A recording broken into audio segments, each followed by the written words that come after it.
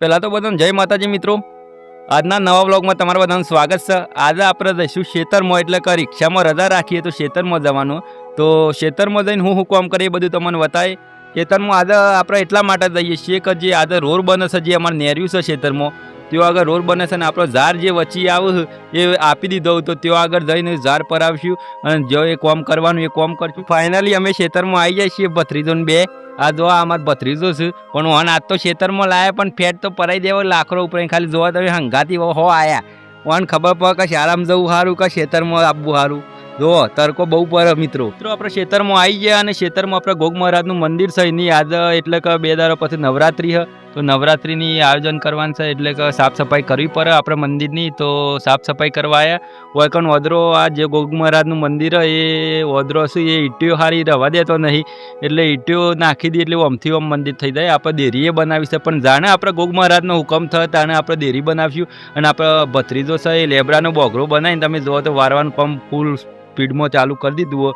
તો જોતા રહો અમારો વ્લોગ. અને આ આપણું મંદિર છે બતાવું. આ 5 ઈંટે મેલેલી, પણ આ જે 5 ઈંટે કામ કરે ને એ આપણું દેવ આપણું ઘર ચલાવે એવું કામ કરશે મિત્રો. કહેવાય ને કે દેવ કરે એવું કોઈ ના કરે. તે જ પ્રમાણે કે જે ડૉક્ટર કોમ નહીં આવતા તે આપણું દેવ કોમ આવે. તો આપણે જો તમારા ઘરમાં પણ જેનું તખલા જેવું દેવ હોય તો તેની દીવાબત્તી તમે કરજો. અને જે આપણું જે ગૈરિયાઓ એટલે કે આપણે વડવાઓ કરતા હોય એ પણ તમે શીખજો.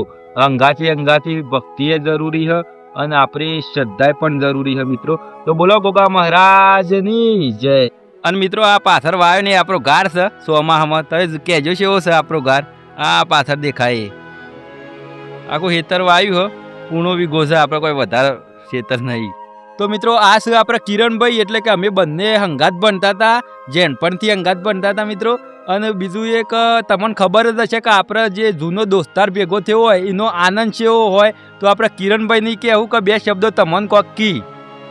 તો મિત્રો આજે સવારે દશરથભાઈનો મારો મેસેજ આવ્યો કે હું ખેતરમાં આવ્યો છું. તો હું કહ્યું ચલો તને આવું, તમને મળવા આવું, ભેગો થયું અને બહુ આનંદ થયો દશરથભાઈને મળીને.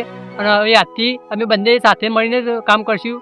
હું દશરથભાઈના અમુક વિડીયોમાં આવતો જ રહીશ. તો મિત્રો આજે આવ્યા હતા આપણે વ્લોગ ઉતારવા ખેતરમાં, પણ શું કરે પેલા જે કોન્ટ્રાક્ટે ઝાડ કાપવા આવવાના હતા, રોડ થતો તે આવ્યા ને એ એમ કહીશ કે કાલે હું આવી, એમનો ફોન આવ્યો એટલે. પણ વધુ નહીં, આપણે અમુક ઘેર જઈશું. અને આજના વ્લોગમાં આટલું રાખીએ અને આપણે મળીએ એક નવા વ્લોગ સાથે.